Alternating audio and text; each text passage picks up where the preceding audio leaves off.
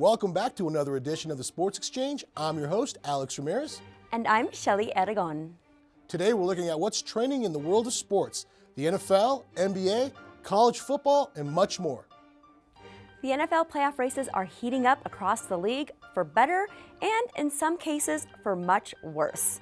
The wild card races are fun, and it'll be fascinating to see which one of the AFC's giants are able to secure first-round byes.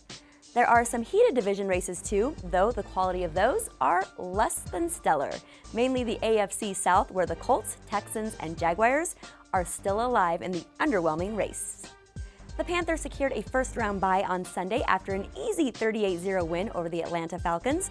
The Panthers are now 13-0, and Cam Newton celebrated by dabbing on them folks. Khalil Mack almost single-handedly beat the Broncos on Sunday with 5 sacks to tie a franchise record.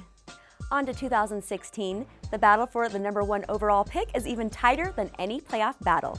With 3 teams at 3-10 on the season, the Titans have the top pick for now, but the Chargers and Browns can slide ahead if they keep losing.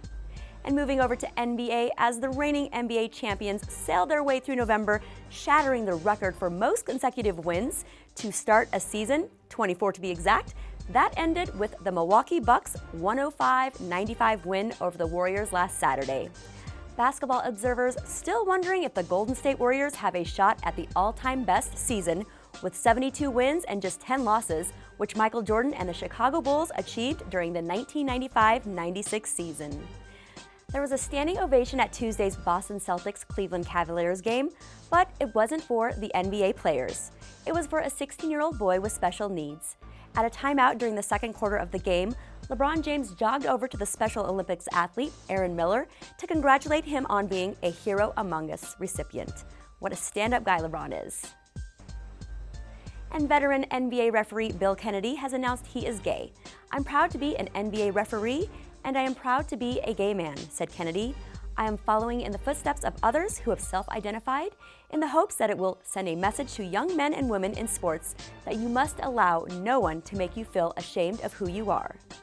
The 81st Heisman Trophy presentation was announced this past Saturday, and the award went to the bulldozer of a tailback from the University of Alabama, Derrick Henry, a junior who rushed for an SEC record 1,986 yards, 23 touchdowns on 339 carries.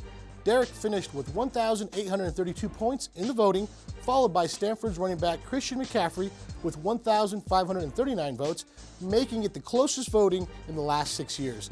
This was only the second time in Alabama's storied history that the coveted award was given to one of their players. The last Crimson Tide to win the award was back in 2009 when Mark Ingram won it.